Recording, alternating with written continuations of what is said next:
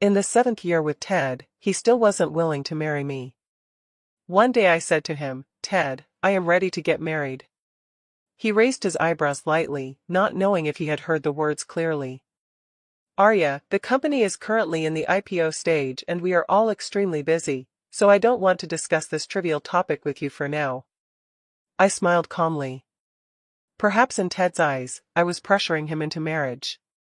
But I am indeed getting married. And the person I am marrying is not him. "It's okay, you go ahead with what you're doing, I just came to let you know." He heard my words and finally fixed his gaze on me, looking for a long time. Once, he looked at me like this, without blinking. The only difference is perhaps that the fiery gaze in his eyes has dimmed and lost its luster. Ted and I are college classmates. Today marks the 7th anniversary of our acquaintance and love. 4 years of university, 3 years since graduation. He should have long forgotten what day it is today. From the initial passion like fire to the current indifference like water. After being his girlfriend for 7 years, I still can't wait for him to say the words, "Marry me." I am not a fool, nor am I a woman who knows nothing. When a man drags you along for 7 years, it signifies many things worth delving into. Ted was taken aback for a moment, but he still spoke up, with a hint of impatience. "Arya, I've said it before, once the company goes public, I will marry you. Please don't keep bringing this up repeatedly." He glanced at me coldly and said, "Is that really how you want to get married? Are you afraid you won't be able to marry at all?" A few simple words suddenly sent a chill throughout my body. During the 4 years of university, our days were far from as good as they are now, yet they made me feel very fulfilled. We dream of the future together, taking on odd jobs to make money in our spare time. Often, we share a single box of rice for 2. He would give me all the meat dishes, and then he would swallow the remaining broth and spices with rice. At that time, Ted said we would get married after we graduated. But later, we graduated and started this company. Many times, when we passed by a jewelry store after work, Ted would always point at the diamond rings inside and say to me tenderly, "Once our company is stable, I will definitely buy the most expensive ring from this jewelry store to propose to you. But now the company is stable, and we have made money. What he said has turned into marrying me once the company goes public. Pushing once, tomorrow after tomorrow." I don't even know which words about marriage from Ted are the truth. I looked up at him and murmured, "Ted, it's been 7 years, we've been together for 7 years. On the man's indifferent face, a trace of emotion finally appeared. He crossed the desk in front of him and tightly embraced me. "Arya, I know you've been waiting for a long time, but now is a critical moment for the company, I can't be distracted. I must put all my energy into work.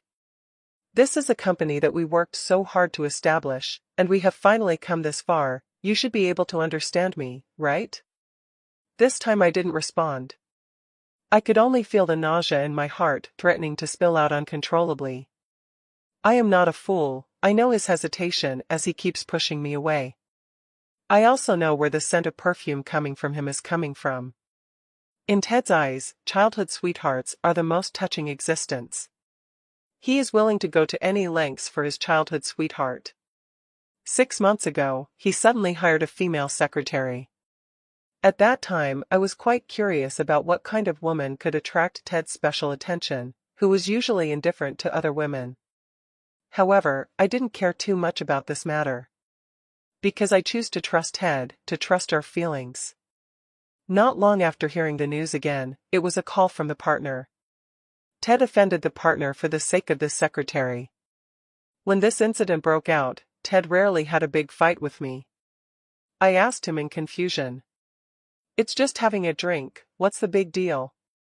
Mr. Wang didn't do anything too outrageous. Besides, when the company was just starting out and we were discussing cooperation, you even took the initiative to have me come out for drinks." As soon as the words fell, there was a loud bang. Ted, with a cold face, slammed his phone down right in front of me. Shattered glass shards flew, cutting into my ankle. "That's what you should do. Don't treat everyone like you, without a hint of femininity. Are you really such a vicious woman? Monica is still so young, and you want to let this bad influence ruin her. In that moment, my head felt as if it had been struck by a hammer, standing dazed in place. Ted's cold words kept surfacing in my mind. I never thought that I was so worthless in Ted's heart. But if I hadn't desperately participated in the drinking parties back then, the company would never have developed to this point. There will never be days when he can be so carefree and at ease as he is now. After that argument, Ted and I didn't speak a word to each other for a whole month. Finally, on his birthday, I took the initiative to admit my mistake. I personally made a birthday cake for Ted. But when the cake was delivered to the company, I found out that he had already celebrated his birthday sweetly with his secretary. From that day on, I realized that his secretary Monica was actually his childhood sweetheart. And he could put me through all the embarrassment for the sake of his sweetheart. A sudden sound of footsteps interrupted my thoughts in the office. Monica pushed the door open without the slightest pause. Holding my Ted, he instinctively pushed me away and stood up straight. I frowned slightly and deliberately said, "Secretary Monica, don't you ever knock before entering the president's office?" Monica replied with a look of grievance, "Arya, I've always been like this." Mr. Ted also said I don't need to knock when I enter the office. Although the answer had long been in his heart, at this moment, his nose couldn't help but feel a bit sour. Monica truly is the most special person to Ted. At first, Ted was extremely angry and scolded me for pushing the door open without knocking. "You say I have no sense of propriety at all. This is the company, not my home." Then, a new rule was specifically announced within the company, which is to knock before entering. Perhaps sensing that I was in a bad mood, Ted stood in front of me and only spoke after letting Monica out. "Monica is still young, and there are some things she just can't remember. Please don't deliberately target her." Every time I hear Ted say this, I can't help but laugh. When he says still young, he is only 3 months younger than me. For his blatant favoritism, I smiled this time to show that I was aware. But secretly, my hands had long since clenched into fists. I have to admit that in Ted's heart, Monica and I are completely on different levels. I straightened my collar and calmly said goodbye to Ted. "I've said everything I needed to say today, so I won't disturb you any longer. I'm leaving now." He frowned. It seemed he had completely forgotten what I had just said. Seeing that I was about to go out, Ted couldn't help but ask me, "Arya, what did you just say?" I didn't quite catch it.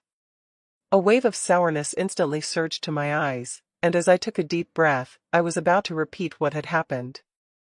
Monica pushed the door open once again. She paused for a moment, stuck out her tongue at Ted, looking all sweet and adorable. "I'm sorry, Ted, I forgot to knock again." Ted smiled indulgently and patted her on the head. "It's okay, what is it this time?" "Ted, it's already lunchtime. I heard there's a really good Japanese restaurant. Would you take me there?" Ted agreed without any hesitation. He forgot that I still had unsaid words. Before leaving, Ted suddenly turned around. "Arya, it's noon, do you want to have lunch together?" I was momentarily stunned. A bit dazed. Think about it, when was the last time I had a meal with him? Since Monica appeared, it seems that his world has become only about her. Coming back to my senses, I smiled and declined. "No need, you all go ahead. Some things may have long lost the chance to continue." After leaving the company, I walked straight towards the parking lot. After getting in the car, I took out my phone and realized that I had unknowingly been crying. I wiped away my tears haphazardly, took a deep breath, and called home. "Good daughter, why did you suddenly think of calling Mom today?" I held back my choked voice. "Mom, I agree with the family's opinion, I can marry at any time." "Really?"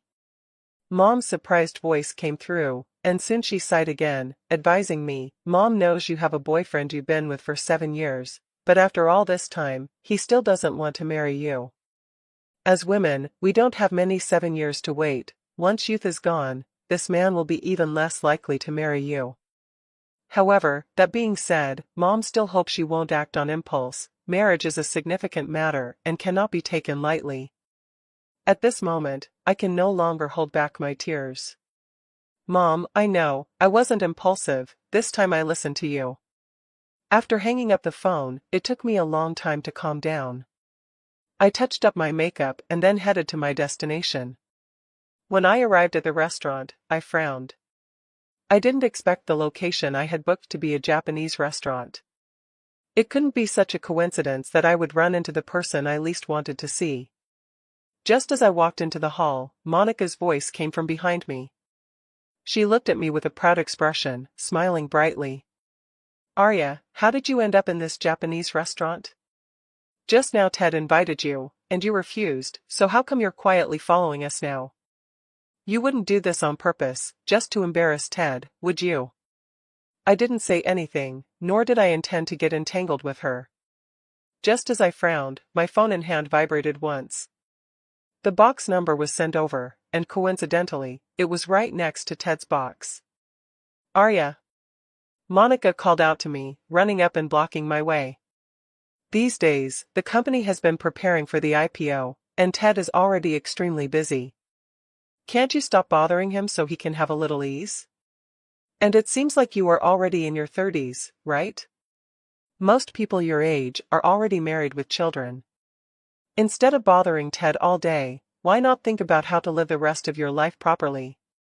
Her series of words, even I, no matter how dull, could tell that she was provoking me again.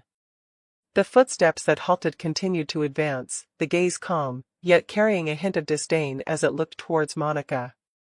Is this the tone you use when speaking to the company leaders? Even though I am no longer employed by the company, I am still a shareholder, so who gave you the right to speak to a shareholder like this?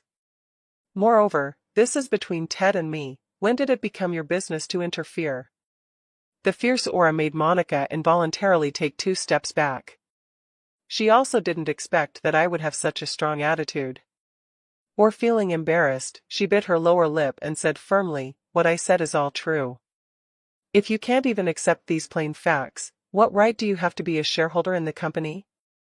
Moreover, Ted and I grew up together, we were childhood sweethearts. He has said that in this lifetime, he will only marry me, and I am his wife. Why can't I take charge of this?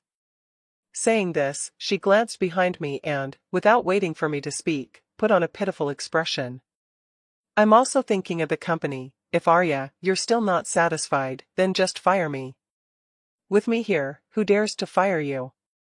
Ted walked out of the booth, his aura very low, and after giving me a cold glance, he said. Arya, Monica is just a little girl who came here to work away from home. Can you tone down your attitude as a young lady and not take out all your frustrations on her? If you have any discomfort or dissatisfaction, you can come directly to me, don't make things difficult for Monica. He directly took me as the culprit without even asking, and an indescribable sense of frustration surged in my heart. I closed my eyes, forcibly suppressing the bitterness in my heart, and let out a deep breath. Ted, aren't you going to ask me why I'm going to fire her? I originally thought he would ask nicely and then communicate clearly. But I never expected Ted to snort coldly. With your arrogant and overbearing attitude, what else do I need to ask? Monica is timid and has been pitiful since she was little. I am her only relative here, all alone. I will not allow you to do anything to hurt her. Monica, looking pitiful, tugged at Ted's shirt corner, her eyes red and biting her lip as she stubbornly said. Ted, you shouldn't be upset because Arya and I had a fight. The company was built up by both of you through hard work, and even if Arya wants to fire me, she must have her reasons. Since I was little, no one has liked me, and I've gotten used to it. Tomorrow, I will go to the company to apply for resignation. I definitely won't make it difficult for you, Ted. No way, I don't agree. In the midst of speaking, Ted couldn't hide the fleeting look of pained affection in his eyes, which I saw clearly. It was then that I realized that everything Monica had just said was true. At that moment, Ted glared at me fiercely, his voice coming from his throat like a ferocious beast. Arya, apologize to Monica. I looked at Ted in disbelief, my eyes unable to hide my daze. Apologize? I did nothing wrong, why should I apologize to her? Without waiting for me to finish speaking, the next second Ted firmly grabbed my wrist and forcibly pulled me in front of Monica. I twisted my ankle and couldn't stand firm, humiliatingly half-kneeling on the ground. Ted showed no signs of pity and said coldly, "Hurry up and apologize to Monica, my patience is limited, or else don't force me to take action." She lifted her head and met his cold gaze. I can't understand how a love that once promised mountains and seas can change so easily. For a woman, he can strike at me without hesitation. "Arya, just give up, otherwise Ted will take ruthless action against you for me." A very soft sound came from beside my ear, along with Monica's triumphant gaze. I closed my eyes in pain, not making a sound. Ted's hand slowly covered the tips of my hair.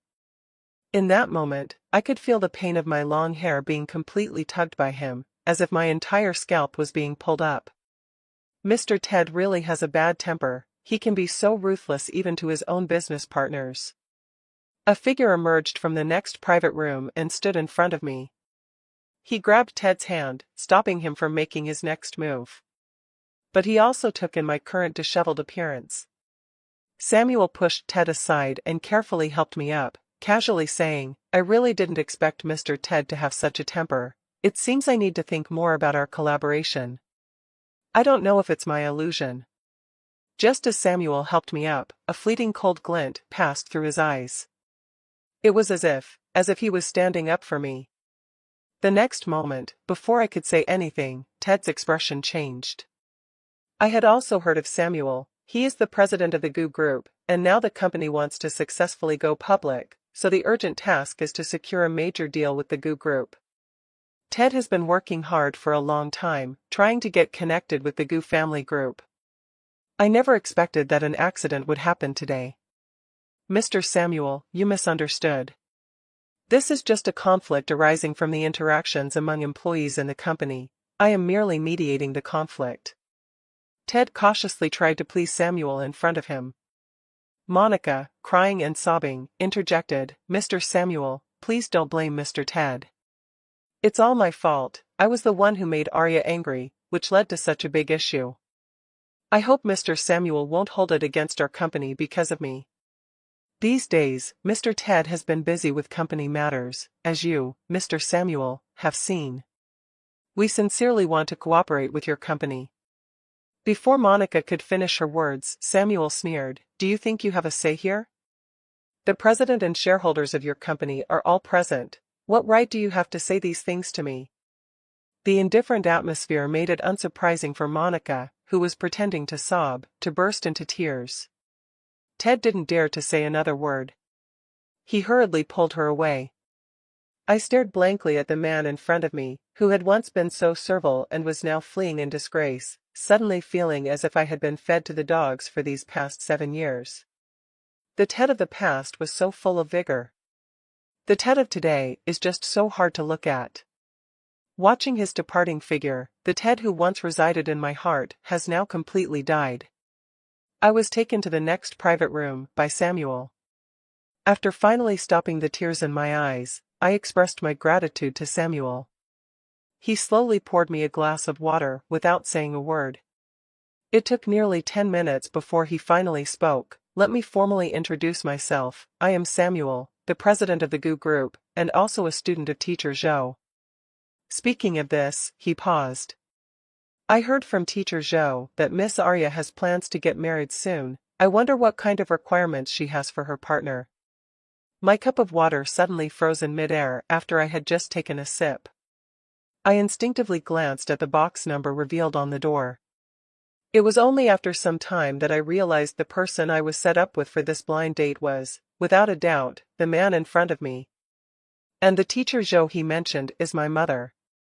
Even the name Samuel suddenly became unusually familiar. After understanding all of this, my cheeks suddenly flushed. Nothing is more embarrassing than making a fool of yourself in front of a blind date. "Hello, Mr. Samuel. I really didn't expect it to be you today." After a moment of hesitation, I finally stammered out this sentence. Samuel smiled and, not surprised by my reaction, teased, I heard from Teacher Joe that your boyfriend, whom you've known for many years, should be Ted. I have to say, Miss Arya is very beautiful, but unfortunately, her taste is not very good. I had just mustered quite a bit of courage, only to have it instantly dissipate with his words. He is right. My judgment is indeed poor. But at first, I did not easily agree. Unfortunately, under Ted's repeated attempts to please, she gradually fell into his trap. In the past, he would remember my menstrual cycle and make me brown sugar water on time every day. He would remember my birthday and give me 1,000 paper cranes he had folded over the year as a gift. But now, everything has ultimately changed. He only cares for his childhood friend Monica without a second thought, leaving me feeling embarrassed. I raised my head to look at the distinguished man not far away. You should be aware of my situation by now, and it is what it is. If you have no objections, I can get married at any time. After leaving the Japanese restaurant, I declined Samuel's offer to see me off and took a taxi home alone. This so-called home is actually the rental apartment we have been living in since we graduated from university. When I initially made up my mind to be with Ted, I shamelessly begged my mother to secretly lend me money to buy this house without Ted knowing. I remember the day the truth was revealed. Ted cried, choked with emotion, tightly holding me and saying he would never let me down in this lifetime. Memories of the past rolled through my mind. I smiled as I threw the tie from the table into the trash can. This is the gift I bought for Ted for our 7th anniversary not long ago. It seems it won't be needed now. Since I was preparing to leave here, I began to pack my luggage. I took everything I could carry and threw away everything I couldn't. After all, I don't want to leave behind any ridiculous memories, nor do I want the things that once belonged to me to have a second owner. I ran up and down the stairs with the box twice. Just as I was breathless and returned to the room, Ted also came back. He appeared in front of me, holding a packaged gift box in his hand, with a face full of guilt. He stepped forward with a deeply emotional demeanor and apologized to me. Arya, I'm really sorry. I was impulsive today. I didn't hurt you, did I? Ted reached out his hand, wanting to touch the tips of my hair that he had just pulled. I instinctively dodged away, expressionless in rejecting his kindness. Some things for Ted have reached a point where an apology is no longer necessary. What does this sentence mean? I believe he is also clear about it. The man pressed his thin lips tightly, his eyes revealing a hint of disbelief. He must find it hard to believe that I would actually reject his goodwill. Once upon a time, as long as he showed a hint of goodwill, I would rush into his arms like a moth to a flame, disregarding everything. I think this is also the confidence that allows him to harm me without restraint. The confidence that I can be salvaged in any situation. Arya, don't be like this. I admit that today was all my fault. I swear that from now on, I won't be as impulsive as I was today. You have no idea how much I wish I could chop off this hand of mine. He actually hurt you, it's simply unforgivable. Ted swore solemnly, shaking the right hand that had just pulled my hair. I smiled and picked up a fruit knife from the coffee table, handing it to him. In his bewildered gaze, I said, then go ahead and do it, I'll be watching. The man stood there foolishly, with a fruit knife in hand. Arya, what do you really mean? What I mean is, we are completely done. Please don't show up in front of me again. I'm planning to sell this place, so please take your things and leave. Ted was taken aback for a moment. For many years, my deep love for him made it hard for him to accept my questioning. It's impossible, how could you bear to leave me? Arya, you should know when to stop. Some words, some actions, once done, cannot be taken back. I raised my head, slowly forcing my gaze back, and looked at Ted with a cold snort. I've said what I needed to say, whether you believe it or not is up to you, but I'm only giving you 3 days to clear out all your things. As soon as I finished speaking, I prepared to leave. Reluctant, Ted caught up from behind, gripping my wrist tightly and pleading in a sorrowful voice. I disagree. Arya, you know that you are the most important person in my life, How can you leave me? Without you in my life, I will die. He spoke with great emotion, touching the heart deeply. Unfortunately, a phone call distracted Ted's thoughts. Monica's sobbing voice came through the phone. Ted, it's all my fault. I ruined all your efforts these days. I'm leaving, please don't come looking for me.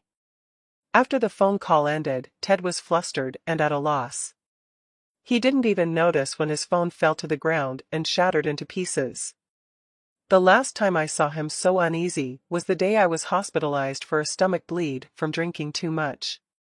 It seemed as if his words echoed in my ears. Arya, if you don't wake up, I will definitely go down to be with you. I suddenly called out to the man who was about to rush out. Ted, I'm giving you one last chance.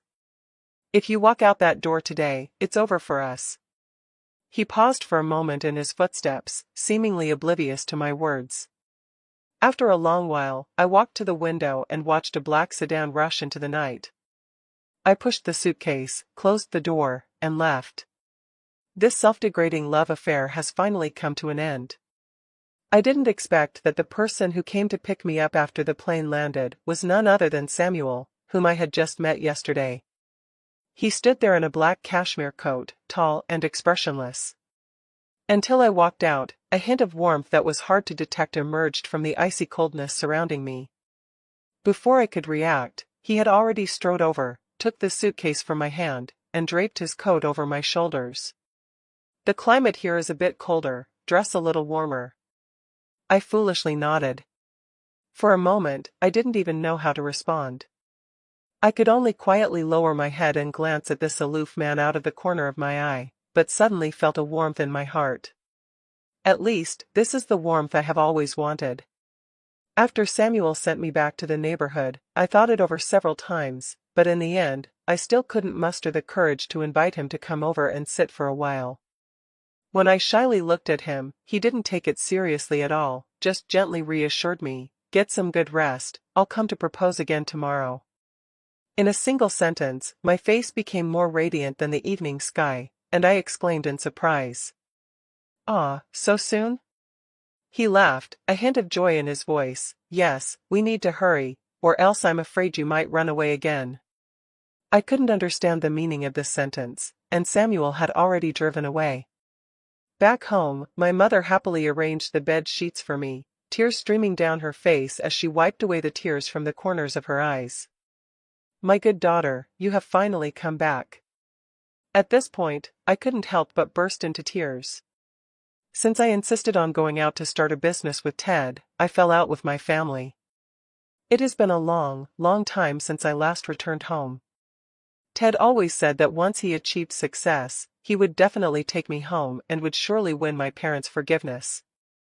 However, his words were pushed back again and again. Even now that the company is nearing its IPO, he still has no intention of fulfilling his promise. Looking at my mother's already aged face, my voice trembled. "Mom, this time I will never leave you again." Even my dad, who had fallen out with me, was shaking his shoulders in the corner of the living room, behind my back. After nightfall, I lay in bed. My phone suddenly vibrated.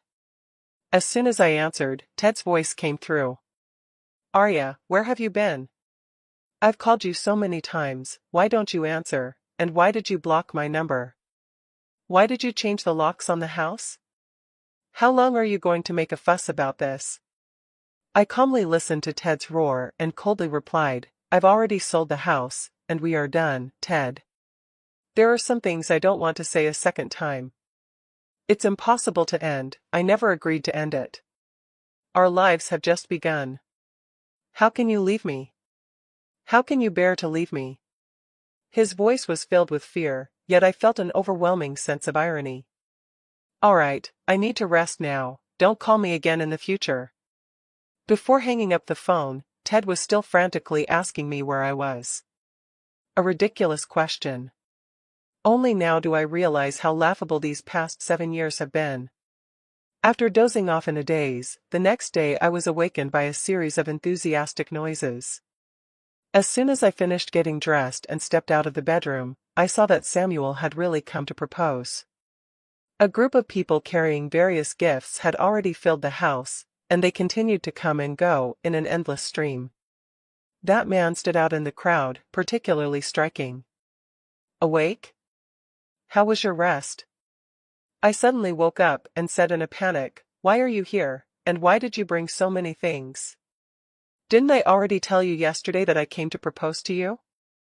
I was stunned for a moment, and it took me a long time to slowly say, "I thought you were just joking." The man suddenly bent down, his handsome and extraordinary face appearing in front of me. "I never joke around. When I propose, and when I say marriage, I mean marriage." My family naturally began to prepare for my wedding. The lively sounds of friends and relatives started as they sent wedding invitations. Even the windows at home were adorned with large red characters of happiness. When Ted found me, I was cutting out a double happiness character to hang on the door. "Arya, what are you doing?" Hearing a familiar voice, I turned my head. After half a month apart, he had become much more haggard. It really was hard on him. I wondered where he had found out where I lived. "Long time no see, Ted." In fact, I have imagined many scenarios of meeting him again. I just didn't expect that when I faced him once more, there would be not a single ripple in my heart. It was as if I were facing a very familiar stranger. He stumbled in front of me, looking at the character for happiness on the window of the door, revealing a mix of terror and a glimmer of hope. "Is someone in your family getting married, Arya? Congratulations."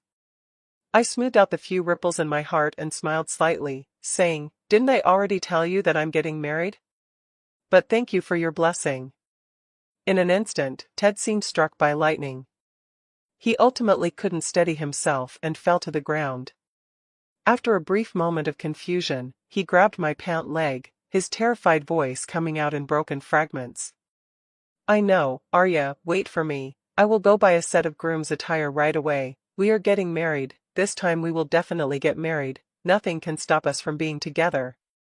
I don't know why, but seeing him with this helpless expression now makes me feel disgusted. After waiting for him for so long, he actually shows up now. I took 2 steps back and shook off his hand. "Ted, I'm sorry, my groom is not you." He stretched out his hand in the air, which suddenly froze.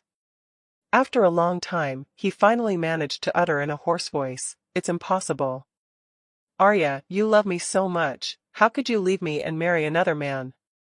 You said you would always be with me, this is the promise you made. But you also said you would marry me, yet you keep postponing it, not fulfilling your promise." I interrupted him without hesitation. "The one who broke the promise first is you, Ted, so you can't blame me." Suddenly, he seemed to be frozen like cement, and in his ever-expanding pupils an endless fear spread out. I lost interest in continuing to argue with him and turned to go inside the house. Mom asked who I was talking to outside the door, and I replied slowly, "Someone I know, but not too well." At that moment, a heavy thud was heard outside the door, accompanied by a faint groan. I calmly pushed my mother into the house and continued discussing my marriage. Until the next day, I opened the door to take out the trash. Ted was actually curled up in the hallway. Seeing me, he immediately struggled to get up. "Arya, give me one more chance, this time I will not let you down." He spoke so pitifully that he wasn't even prepared to keep his last shred of dignity. "Otherwise, I will keep watch at your doorstep, and I won't let you marry anyone else." I really can't understand this man. When I no longer want you, why do you have to act as if you are deeply in love with me and can't live without me? Ignoring the somewhat crazy Ted, I directly called the police. When he was taken away, he still called my name as if he had gone mad, saying he loved me over and over again. In the days that followed, Ted did not appear again. Until the day of my wedding, when Ted showed up at the ceremony, dressed in a groom's outfit. In the crowd, he stumbled towards me, holding the diamond ring he had promised me back then. "Arya, look at this diamond ring I bought. We can get married." I looked at the diamond ring in his hand with a cold smile. I extended my hand, gesturing to the larger, more dazzling ring already on my ring finger. "Ted, why should I give up this diamond ring for someone like you who is nothing?" The man suddenly slumped to the ground as if he had lost all his spirit, muttering to himself repeatedly, "How could it be? How could you really give up on me?" Just then, Monica rushed in a hurry. She grabbed Ted, her face contorted, and shouted hoarsely, "Ted, you still like this woman, don't you? Didn't you say that it was just a fling with her? You said your favorite person is me. Don't forget that when you seduced me into bed, you said you would marry me." Such a shocking statement left everyone present in astonishment. This man is simply garbage, wanting to play both sides. Fortunately, the girl from the Song family woke up in time, otherwise, she would regret it for the rest of her life. Although I had my suspicions long ago, hearing this fact now still ignites a fire of anger within me. Ted really didn't expect you to be so sentimental. You can generously give the same line to several women. Aren't you afraid of committing bigamy? At that moment, the prideful Ted completely exploded. He rushed up and grabbed Monica's arm, pulling her up in a fit of anger and humiliation. "Are you crazy? I've taken care of you for so long, and now you want to ruin my good thing? Do you really think I wouldn't dare to hit you? You are just an ordinary family, what makes you think I would marry you? You always compare yourself to Arya, but have you ever looked at yourself to see where you can compare to Arya? If it weren't for this face of yours, you wouldn't even have the qualification to get close to me." As soon as Ted finished speaking, Monica completely lost it. Screaming, she tried to grab his face, but Ted had already prepared and kicked her away. But he didn't expect that this time Monica was prepared. She pulled a fruit knife from her pocket and lunged at Ted. Ted's eyes widened. The two embraced tightly in a position of close embrace, the crimson blood gradually pooling on the ground.